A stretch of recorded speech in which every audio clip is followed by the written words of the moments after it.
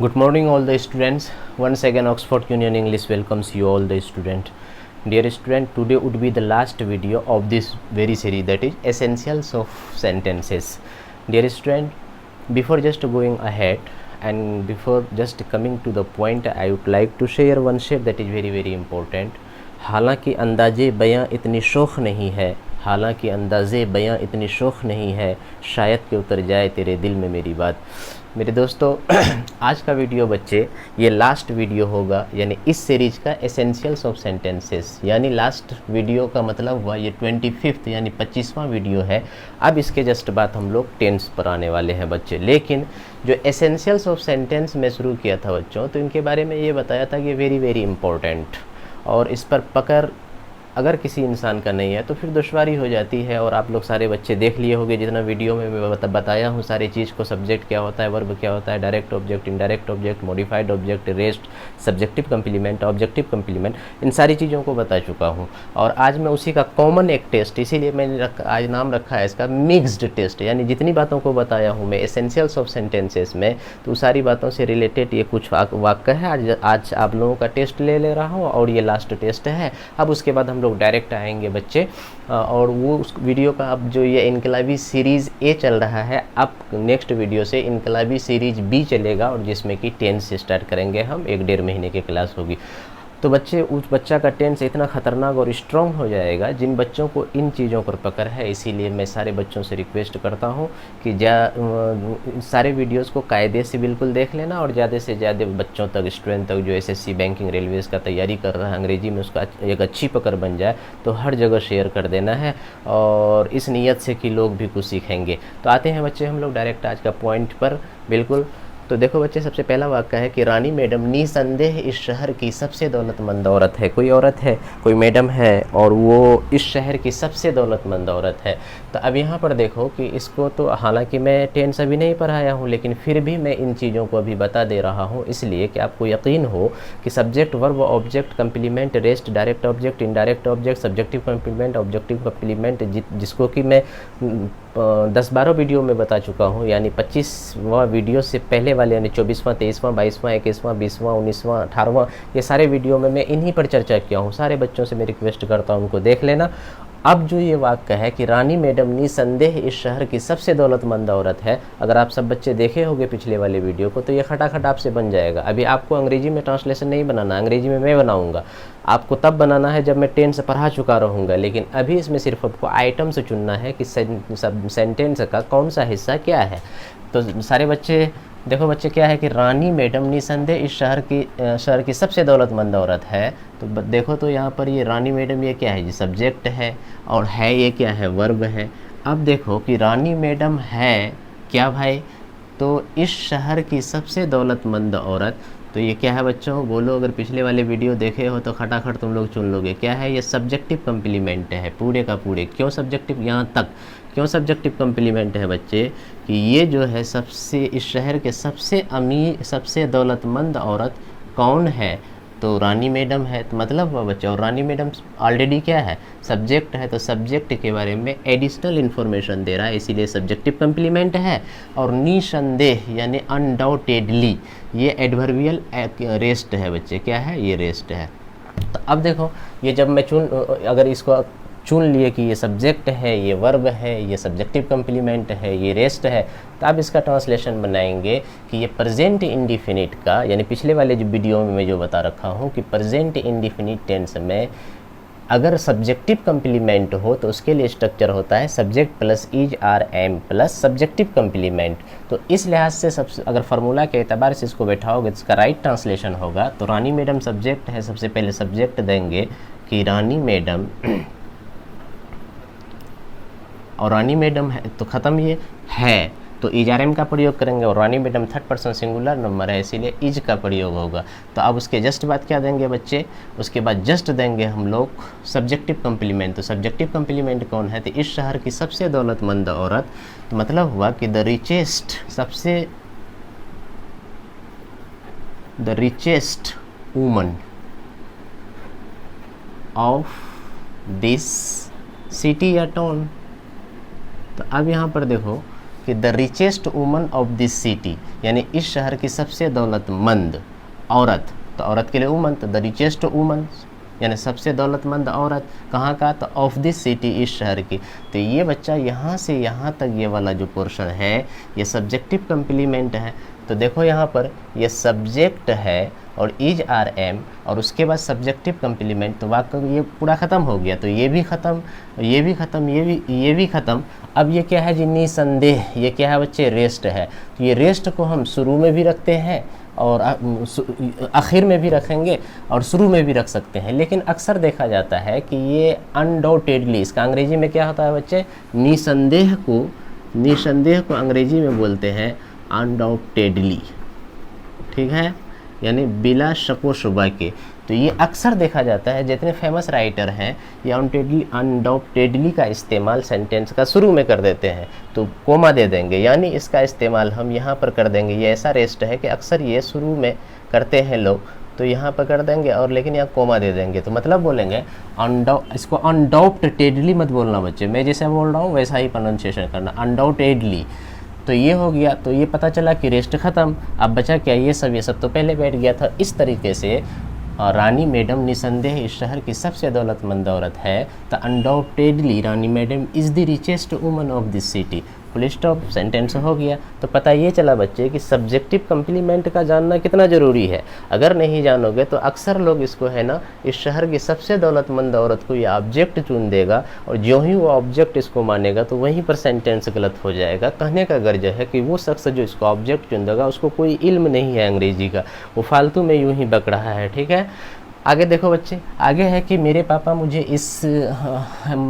मुझे एक सफल बिजनेसमैन बनाना चाहते हैं दिल से। तो गौर से समझना सारे बच्चे, अगर पिछले वाले वीडियो को देखे हो तो खटाखट 5 सेकंड के अंदर में बनेगा। मेरे पापा क्या है जी, सब्जेक्ट है और बनाना चाहते हैं और 2 वर्ब आया, तो एक वर्ब हुआ, एक क्या है, मॉडिफाइड ऑब्जेक्ट है, दिल से, ये क्या है जी, रेस्ट है, और मुझे यानी बनाना चाहते हैं किसको, मुझे, ये क्या है जी, ऑब्जेक्ट है और क्या बनाना चाहते हैं, एक सफल बिजनेसमैन। तो अब यहाँ पर देखो बच्चे, ये सफल बिजनेसमैन को अक्सर आदमी ऑब्जेक्ट चुन देता है, ये बिल्कुल गलत हो जाएगा कि मेरे पापा मुझे एक सफल बिजनेसमैन बनाना चाहते हैं। खुदा ना खास्ता कल एक सफल बिजनेस अगर बन गया तो बनेगा कौन जी, ये पूरा का पूरा, यहाँ से देखो गौर से, एक सफल बिजनेसमैन कल अगर बन जाता है तो बनेगा कौन, एक सफल बिजनेसमैन। एक सफल बिजनेसमैन यानी मेरे पापा मुझे एक सफल बिजनेसमैन बनाना चाहते हैं, ये सब तो चुन लिया इधर। तो अब यहाँ पर देखो, एक सफल बिजनेसमैन अगर बन जाता है तो बनेगा कौन, ये मुझे, और मुझे ऑलरेडी क्या है जी, ऑब्जेक्ट है और ऑब्जेक्ट के बारे में एडिशनल इन्फॉर्मेशन दे रहा है बच्चे, इसीलिए क्या हो गया, ओसी हो गया, ये ऑब्जेक्टिव कम्प्लीमेंट हो गया। तो अब देखो कि मेरे पापा मुझे एक सफल बिजनेसमैन बनाना चाहते हैं दिल से। तो अब इसका ट्रांसलेशन बनाएंगे, तो ये प्रेजेंट इंडिफिनिट का वाक्य और प्रेजेंट इंडिफिनिट का है, तो इसका फॉर्मूला क्या होता है, सब्जेक्ट प्लस V1 या V5 plus object plus rest. अगर इसमें क्या है, अगर ऐसा आ जाए कि सब्जेक्ट आ जाए और वर्ब आ जाए, फिर उसके बाद ऑब्जेक्ट हो, फिर मॉडिफाइड हो, तो सबसे पहले वाक्य में सब्जेक्ट लिखते हैं, उसके बाद वर्ब लिखते हैं, और वर्ब के बाद डायरेक्ट ऑब्जेक्ट को नहीं लिख करके पहले अगर मॉडिफाइड है, तो हमने पिछले वाले वीडियो में बता रखा है कि वाक्य में मॉडिफाइड ऑब्जेक्ट हो और ऑब्जेक्ट है तो पहले आप मॉडिफाइड ऑब्जेक्ट को रखेंगे फिर ऑब्जेक्ट को रखेंगे। तो इस लिहाज से मेरे पापा का अंग्रेजी क्या होगा जी, माई फादर। तो ये बच्चा ख़त्म। और प्रेजेंट इंडिफिनिट का टेंस है, तो इसीलिए प्रेजेंट का इंडिफिनिट का फॉर्मूला सब्जेक्ट प्लस V1 या V5, यानी सब्जेक्ट के पास वर्ब लगेगा, तो वर्ब कौन है, चाहना का अंग्रेजी क्या होता है, वांट। तो अब यहाँ देखो, फादर जो है माई फादर, ये 3rd पर्सन सिंगुलर नंबर है, इसीलिए यहाँ पर एस लगेगा। तो ये बच्चा ख़त्म। तो पता चला कि सब्जेक्ट ख़त्म, वर्ब ख़त्म। अब फॉर्मूला क्या है कि सब्जेक्ट के बाद वर्ब के बाद ऑब्जेक्ट देते हैं, लेकिन ये भी बता रखे हैं अगर ऑब्जेक्ट से पहले अगर कोई सेंटेंस में अगर कोई मॉडिफाइड आ गया तो पहले मॉडिफाइड का मतलब बनाना का अंग्रेजी क्या होता है, मेक, और मेक से पहले टू लग जाएगा और उसी को मॉडिफाइड को बोलेंगे। My father wants to make, तो पता चला कि ये बच्चा ख़त्म। अब देखो उसके बाद क्या है कि मॉडिफाइड के बाद ऑब्जेक्ट, तो ऑब्जेक्ट कौन है जी, मुझे का अंग्रेजी क्या होता है, मी। तो my father wants to make me, तो पता चला ये ख़त्म हो गया। अब बचा क्या जी, एक सफल बिजनेसमैन, ठीक है। तो एक सफल बिजनेसमैन का अंग्रेजी क्या होता है कि अ सक्सेसफुल बिजनेसमैन, ठीक है बच्चे, अ सक्सेसफुल बिजनेसमैन। अब गौर से देखना कि ये ऑब्जेक्ट है और ये जा कर के ओसी यानी ऑब्जेक्टिव कम्प्लीमेंट है। अगर इसको पहले रख देते और ऑब्जेक्ट को बाद में रखते तो ये सेंटेंस गलत हो जाता। क्यों कि जब तक वाक्य में ऑब्जेक्ट नहीं आएगा तो ऑब्जेक्टिव कंप्लीमेंट हो नहीं सकता है। ये बात को याद रखना बच्चे कि until and unless there comes object in the sentence objective complement can never come। तो first of all you will have to put objective complement first, then objective complement shall come, उसके बाद आएगा। तो इस लिहाज से पहले ऑब्जेक्ट को लिखे, उसके बाद ये ऑब्जेक्टिव कंप्लीमेंट। तो क्या हो गया जी, my father wants to make me a successful businessman. तो ये बच्चा भी ख़त्म हो गया। अब बचा क्या जी, रेस्ट दिल से, और दिल से का अंग्रेजी होता है एट हार्ट। तो अब देखो बच्चे ध्यान देना, ये कितनी इंपॉर्टेंट चीज़ है। मैंने बताया था कल वाला वीडियो में कि हिंदुस्तान में अभी तक जितनी ट्रांसलेशन की किताबें लिखी गई है या जितनी ग्रामर की किताबें लिखी गई है, मैं चैलेंज के साथ मैं हंड्रेड्स ऑफ बुक्स को पढ़ चुका हूँ, लेकिन कहीं पर इन चीज़ों को इस ऑर्गेनाइज्ड वे में नहीं लिखा हुआ है। मैं चाहता हूँ, मेरा दिल चाहता है कि सारे बच्चे इसको हमेशा हमेशा के लिए समझ जाना, और समझने के बाद आने वाली नस्ल को शेयर करना, बताना। और क्या है, एजुकेशन एक ऐसी चीज़ है बच्चे कि जितना खर्च करोगे उतना बरकत होगी। जितना तुम बताओगे, गरीब बच्चे हो या अमीर बच्चे हो, ज़्यादा से ज़्यादा तादाद में बताओ, अपना इल्म को खर्च करो, तुम्हारा इल्म स्ट्रॉन्ग होगा, और educationally you will be very much strong. That is why don't have ill will in your heart. कि मैं उसको बता दूंगा तो वो जान जाएगा, तो समझना तुम्हारे इल्म घटना चालू हो जाएगा। क्यों कि इंसान, एक अंग्रेजी में कहावत है, the moment you feel proud from that time your downfall starts. तो हमेशा याद रखना बच्चे कि अब अगला वाला वाक्य देखो कि मेरे दादा मुझे एक अच्छा प्रोफेसर बनाना चाहते हैं। सेम उसी अंदाज में है कि मेरे दादा मुझे एक अच्छा प्रोफेसर बनाना चाहते हैं। तो बनाना क्या है जी, मॉडिफाइड ऑब्जेक्ट है, और ये चाहते हैं ये क्या है, वर्ब है, और मेरे दादाजी ये क्या है जी, सब्जेक्ट। और मेरे दादाजी जो बनाना चाहते हैं किसको, मुझे, तो ये क्या हो गया जी, ऑब्जेक्ट। और यही ऑब्जेक्ट आगे चल करके हो, अगर अच्छा प्रोफेसर बनता है तो कौन बनेगा, यही बनेगा। तो ये बच्चा देखो, ये एक अच्छा प्रोफेसर जो है कि ये अच्छा प्रोफेसर कौन बनेगा अगर बने आगे चल करके, तो ये मुझे बनेगा, क्योंकि मुझे बनाना चाहते हैं। मतलब मुझे ऑलरेडी क्या है बच्चे कि ऑब्जेक्ट है, और ऑब्जेक्ट के बारे में एडिशनल इन्फॉर्मेशन दे रहा है, इसीलिए क्या है, ये ओसी है, ऑब्जेक्टिव कॉम्प्लीमेंट है। अब यहाँ पर देखो, मेरे दादाजी मुझे एक अच्छा प्रोफेसर बनाना चाहते हैं। ये प्रेजेंट इंडिफिनिट यानी सिंपल प्रेजेंट है, और सिंपल प्रेजेंट का फॉर्मूला क्या होता है, सब्जेक्ट प्लस B1 या B5 plus object plus rest. लेकिन अगर मॉडिफाइड आ जाए तो तब फॉर्मूला बदल जाता है, तो सब्जेक्ट प्लस वर्ब, उसके बाद मॉडिफाइड, उसके बाद ऑब्जेक्ट, उसके बाद ऑब्जेक्टिव कॉम्प्लीमेंट। तो इस लिहाज से देखो, सबसे पहले क्या है जी, सब्जेक्ट है मेरे दादाजी, और मेरे दादाजी का अंग्रेजी क्या होता है जी, माई ग्रैंडफादर, माई ग्रैंडफादर। तो पता चला बच्चे, सब्जेक्ट खत्म, उसके बाद वर्ब फॉर्मूला के एतबार से। तो चाहना का अंग्रेजी क्या होता है जी, वांट। और क्योंकि दादा जो है, माई ग्रैंडफादर जो है, ये थर्ड पर्सन सिंगुलर नंबर है, इसीलिए क्या होगा, एस होगा। तो ये बच्चा खत्म। अब उसके बाद ऑब्जेक्ट देते हैं जनरली, लेकिन वाक्य में मॉडिफाइड ऑब्जेक्ट आ गया, तो पहले मॉडिफाइड बनाना, तो फिर बनाना का ऊपर में क्या लिखे हैं, टू मेक, तो टू मेक हो जाएगा, टू मेक। तो ये बच्चा खत्म। उसके बाद ऑब्जेक्ट, ऑब्जेक्ट कौन है जी, मुझे, तो टू मेक मी। अब टू मेक मी जो बनाना चाहता है बच्चे, यहाँ पर मी ऑब्जेक्ट है, और उसके बाद ये ऑब्जेक्ट आगे चल के क्या बनेगा, एक अच्छा प्रोफेसर। तो अ गुड प्रोफेसर, अ गुड प्रोफेसर। तो अब देखो बच्चे, फाइनल सेंटेंस का ट्रांसलेशन, तो ये भी खत्म हो गया। तो मेरे दादाजी मुझे एक अच्छा प्रोफेसर बनाना चाहते हैं, तो अंग्रेजी में क्या बोलेंगे, my father wants to make me a good professor. मेरे दादाजी मुझे एक IAS ऑफिसर बनाना चाहते हैं। अगर ये वाक्य दे दूं तो क्या बनाओगे कि my grandfather wants to make me an IAS officer. मेरी मम्मी मुझे एक फेमस डॉक्टर बनाना चाहती है, क्या होगा, my mother wants to make me a famous doctor. इस तरीके से आप हज़ारों सेंटेंस बना सकते हो। तो आगे वाला सेंटेंस को देखो बच्चे कि सोनी और मोनी अपना सबक ध्यानपूर्वक याद कर रही थी कल 4 बजे। तो अब यहाँ गौर से देखो कि याद कौन कर रही थी, सोनी और मोनी। सोनी और मोनी क्या है, सब्जेक्ट है, और जाकर के याद कर रही थी, ये वर्ब है। क्या याद कर रही थी, अपना सबक, ये ऑब्जेक्ट, और ध्यानपूर्वक मतलब ध्यान से, एडवर्बियल रेस्ट है। और कल जो है बच्चे टाइम डिनोटिंग वर्ड है, इसीलिए ये भी रेस्ट है। और 4 बजे, ये भी टाइम डिनोटिंग वर्ड है, ये भी क्या हो गया जी, रेस्ट। तो अब यहाँ पर देखो, सोनी और मोनी अपना सबक ध्यानपूर्वक याद कर रही थी कल 4 बजे। याद कर रही थी मतलब पास्ट का कंटिन्यूअस टेंस है, और पास्ट कंटिन्यूअस टेंस है तो इसका मतलब इसका फॉर्मूला होगा सब्जेक्ट प्लस वज या वर होगा, और उसके बाद V4 का इस्तेमाल करेंगे। उसके बाद ऑब्जेक्ट है दे देंगे, रेस्ट है तो उसको दे देंगे। तो सबसे पहले देखो, पास्ट कंटिन्यूअस है तो सबसे पहले सब्जेक्ट, सब्जेक्ट कौन है, सोनी और मोनी। और सोनी और मोनी का अंग्रेजी होता है, अंग्रेजी में क्या बोलेंगे, सोनी एंड मोनी। और चूंकि पास्ट कंटिन्यूअस है तो वज या वर का इस्तेमाल करेंगे, लेकिन सब्जेक्ट जो है, ये सब्जेक्ट जो है थर्ड पर्सन तो है लेकिन प्लूरल में है, इसीलिए यहाँ पर क्या हो जाएगा कि जो वर, और वर के बाद भी, तो पता चला ये खत्म हो गया। उसके बाद वर्ब देंगे, वर्ब कौन है जी, याद कर रही थी। याद करना का क्या होता है, रिमेंबर, और तो रिमेंबर होता है तो इसका V4 क्या हो जाएगा, रिमेंबरिंग। तो पता चला ये। और उसके बाद ऑब्जेक्ट, ऑब्जेक्ट कौन है जी, अपना सबक, और अपना सबक का अंग्रेजी क्या होगा जी, दियर लेशंस, दियर लेशंस।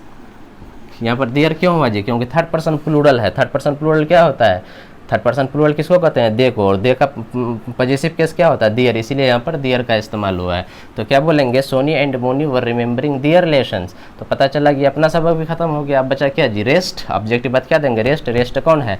ध्यानपूर्वक। और ध्यानपूर्वक का अंग्रेजी क्या होता है? अटेंटिवली। अटेंटिवली। तो पता चला कि ये बच्चा ख़त्म हो गया। और भी कोई रेस्ट है? बोला कि हाँ, और एक रेस्ट है क्या जी? कल 4 बजे। तो कल 4 बजे, ये कल और ये 4 बजे, ये छोटा है इसके बनिस्बत, तो पहले इसको दे देंगे कि एट 4 o'clock, एट 4 o'clock। अब उसके बाद क्या जी? कल। कल का अंग्रेजी क्या होता है? यस्टरडे।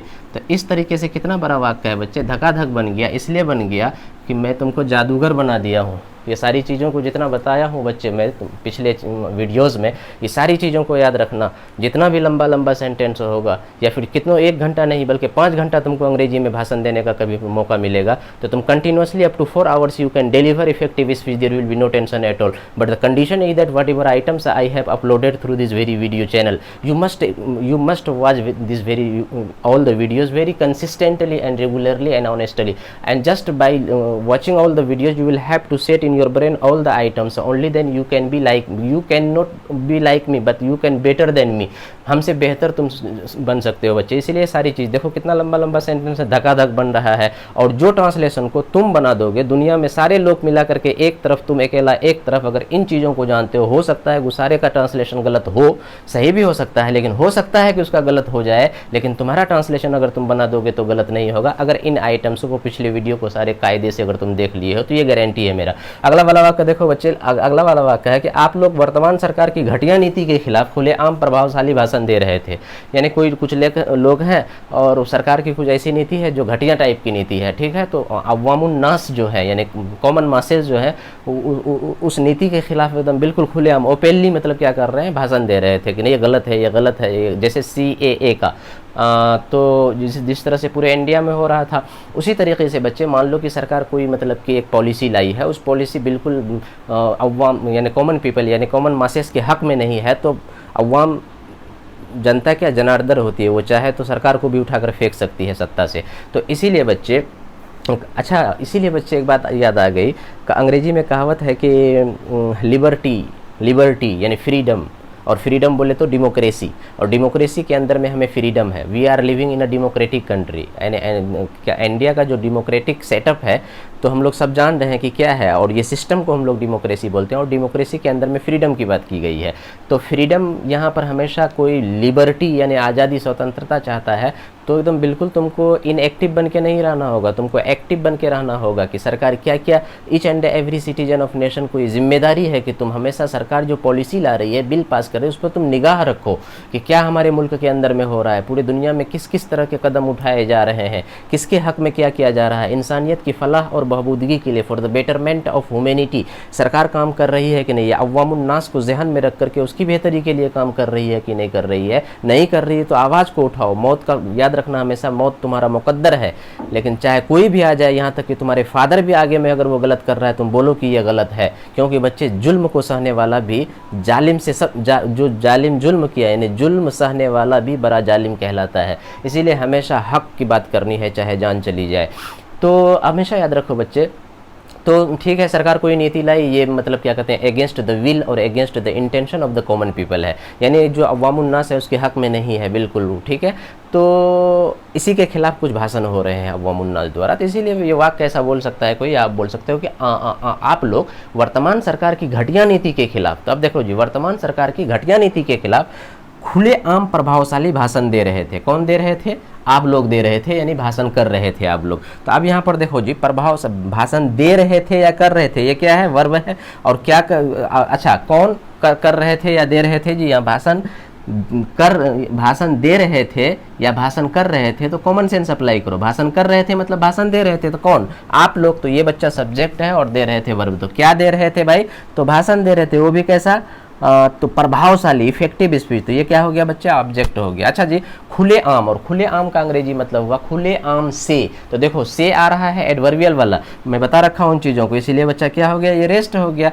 अब याद रखना एक बात बच्चे, यहाँ पर वर्तमान सरकार की घटिया नीति के खिलाफ, यानी खिलाफ लफ्ज आ जाए, मेरे खिलाफ, तेरे खिलाफ, उसके खिलाफ, तो मेरे खिलाफ अगेंस्ट मी, तो एक बात को याद रखना। अच्छा, उन लोगों के खिलाफ तो अगेंस्ट देम, यानी अगेंस्ट अगर आ जाए उसके बाद अगर कोई पर्सन आ रहा है, चाहे वो आई आ रहा हो या फिर वी आ रहा हो, ये यानी इसके बाद कोई भी पर्सन आएगा, चाहे सेकेंड पर्सन हो, फर्स्ट पर्सन हो, सेकेंड पर्सन हो, अगेंस्ट के बाद कोई आए तो उसको हमेशा सब्जेक्टिव केस में नहीं बच्चे, ऑब्जेक्टिव केस में रखते हैं। इसीलिए मेरे खिलाफ तो अगेंस्ट आई कभी नहीं बोलेंगे, अगेंस्ट मी बोलेंगे। हम लोगों के खिलाफ तो अगेंस्ट वी नहीं बोलेंगे, अगेंस्ट अस बोलेंगे। उन लोगों के खिलाफ तो अगेंस्ट दे नहीं बोलेंगे, अगेंस्ट देम बोलेंगे। तो इन चीज़ों को मैं टेंस में बताऊंगा। क्यों कि मैं अभी बता दिया हूँ कि आज ये वीडियो जो है बच्चे लास्ट है, अच्छे से देख लो, इससे पीछे वाले सारे देख लेना। अब नेक्स्ट वीडियो जो आएंगे हम लोगों का वो टेंस पर होगा, और टेंस को अच्छे से समझ गए तो फिर तुम अंग्रेजी बोलना चालू कर दोगे, ठीक है ना।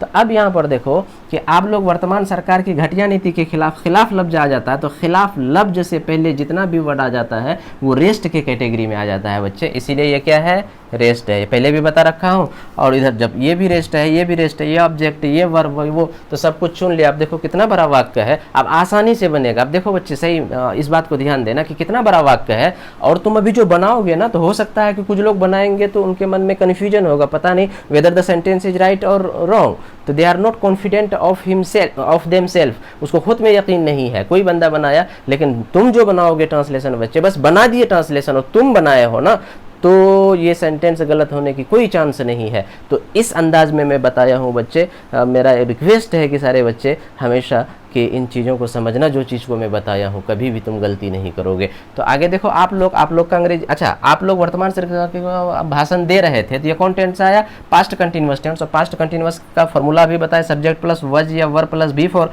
तो अब यहाँ पर देखो बच्चा, आप लोग का अंग्रेजी क्या होता है, यू, ये बच्चा खत्म, और जो पास्ट कंटिन्यूअस टेंस है तो वज या वर्ब का इस्तेमाल होगा, तो सब्जेक्ट यू है तो इसके साथ वर्ब होगा, और उसके बाद देंगे वर्ब। वर्ब क्या है बच्चे, यहाँ पर दे रहे थे तो मतलब डिलीवर कर रहे थे, यानी भाषण को, तो यू वर डिलीवरिंग, तो पता चला ये खत्म हो गया। उसके बाद फॉर्मूला क्या, ऑब्जेक्ट वाक्य में कौन है जी, प्रभावशाली भाषण। तो प्रभावशाली भाषण का क्या होगा, इफेक्टिव स्पीचेज।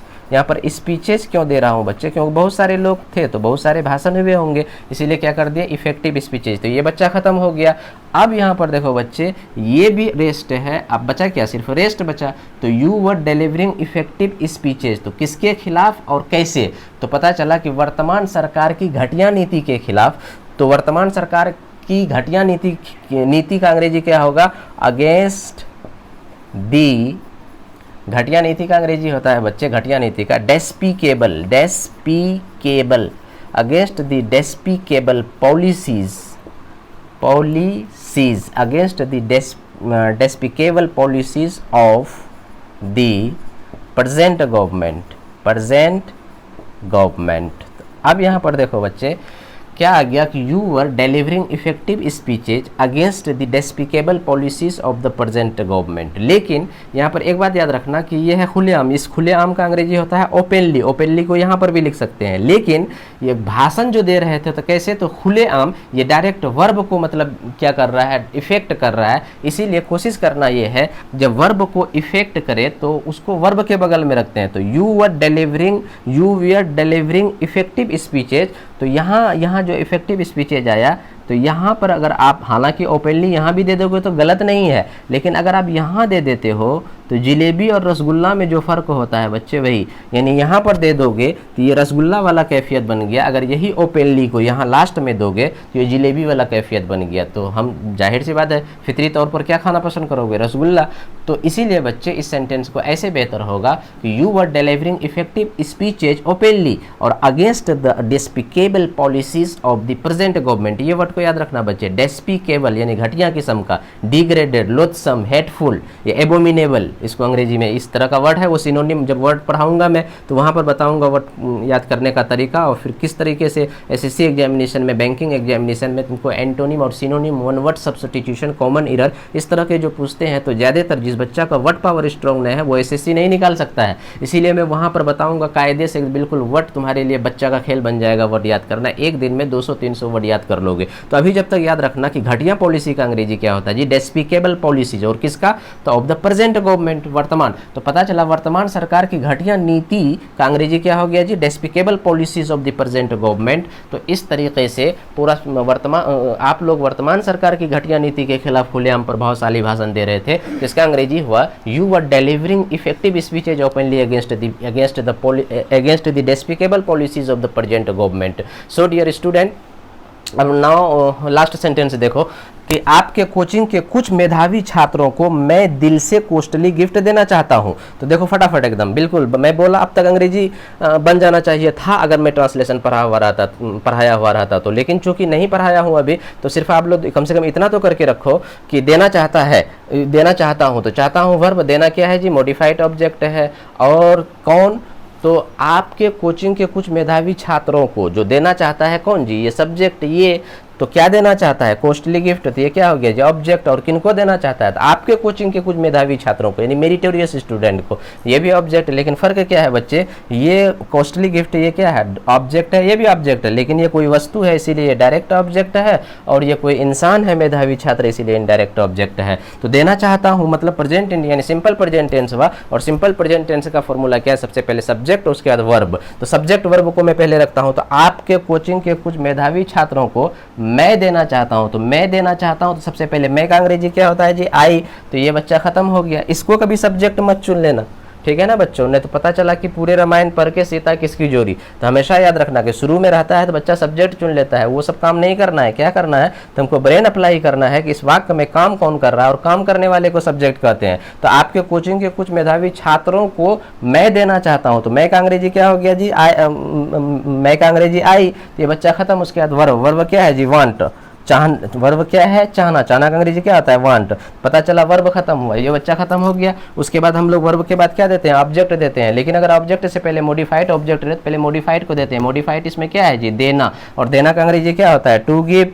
तो पता चला कि मॉडिफाइड भी यहाँ पर खत्म हो गया, तो आई वांट टू गिव। अब देखो बच्चे, ये आ गया इनडायरेक्ट ऑब्जेक्ट, उसके बाद आ गया डायरेक्ट ऑब्जेक्ट। तो हमने पहले कहा है कि जनरली नियम क्या है, पहले आप इनडायरेक्ट ऑब्जेक्ट को रखिए। तो इनडायरेक्ट ऑब्जेक्ट कौन है, आपके कोचिंग के कुछ मेधावी छात्र। तो कुछ मेधावी छात्र आपके कोचिंग का, तो कुछ मेधावी छात्र, तो अंग्रेजी क्या होता है, सम मेरिटोरियस स्टूडेंट, सम मेरिटोरियस स्टूडेंट, सम मेरिटोरियस, देखो जी स्पेलिंग देखो, MERITORIOUS, सम मेरिटोरियस स्टूडेंट्स। तो कहाँ का भाई, तो आपके कोचिंग का, तो ऑफ योर कोचिंग। तो क्या हो गया बच्चे कि I want to give some meritorious student of your coaching. क्या देना चाहते हैं, कॉस्टली गिफ्ट। तो क्या बोल देंगे, कॉस्टली गिफ्ट्स। पता चला कि दोनों ऑब्जेक्ट खत्म हो गया, यानी ये भी खत्म हो गया और ये भी खत्म हो गया। अब देखो बच्चे, बचा क्या, ये दिल से ये क्या था, रेस्ट, और रेस्ट को लास्ट में रखते हैं, तो इसका अंग्रेजी क्या होता है, एट हार्ट। तो इस तरीके से देखो बच्चे कि I want to give some meritorious students of your coaching costly gifts at heart. तो अब देखो बच्चे कि यहाँ से यहाँ तक कि some meritorious students of your coaching, ये क्या है, इनडायरेक्ट ऑब्जेक्ट है, और कॉस्टली गिफ्ट्स ये क्या है बच्चे, डायरेक्ट ऑब्जेक्ट है। तो इस वाक्य में मैंने क्या किया है कि इनडायरेक्ट को पहले रखा है, डायरेक्ट को बाद में। ऐसा भी हो सकता है कि डायरेक्ट ऑब्जेक्ट को पहले रखते, इनडायरेक्ट ऑब्जेक्ट को बाद में रखते। तो अगर वैसा करते तो क्या होता कि बीच में प्रीपोजिशन टू लगता है, यानी इस वाक्य को हम ऐसे भी बोल सकते थे, I want to give costly gifts to some meritorious students of your coaching at heart. तो ये होता है बच्चे। तो इस लिहाज से आज का सारे बच्चे मैं उम्मीद करता हूँ कि समझ गए होंगे।